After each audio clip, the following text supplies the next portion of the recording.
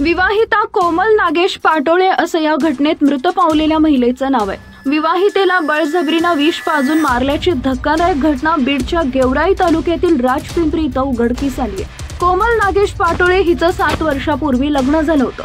पाटोळे दाम्पत्याला एक मुलगा आणि एक मुलगी आहे।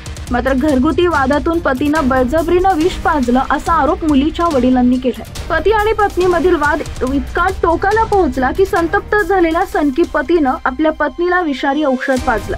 या प्रकरणात केवळ पती सहभागी नव्हता तर त्यामध्ये सासरच्या मंडळींचा सहभाग होता असा नातेवाईकांचा आरोप आहे। विष पाजल्यानं पीडित महिलेची प्रकृती बिघडली असून तिला उपचारासाठी रुग्णालयात दाखल करण्यात आले होते, मात्र उशीर झाला। या संदर्भात गेवराई पोलीस ठाण्यात गुन्हा दाखल करण्याची प्रक्रिया चालू आहे। आता या घटनेमुळे खळबळ उडाली आहे। मृत विवाहितेच्या नातेवाईकांनी बीड जिल्हा रुग्णालयात आक्रोश केला। जोपर्यंत आरोपीला अटक केली जाणार नाही तोपर्यंत मृतदेह ताब्यात घेतला जाणार नाही असा पवित्रा नातेवाईकांनी घेतलाय।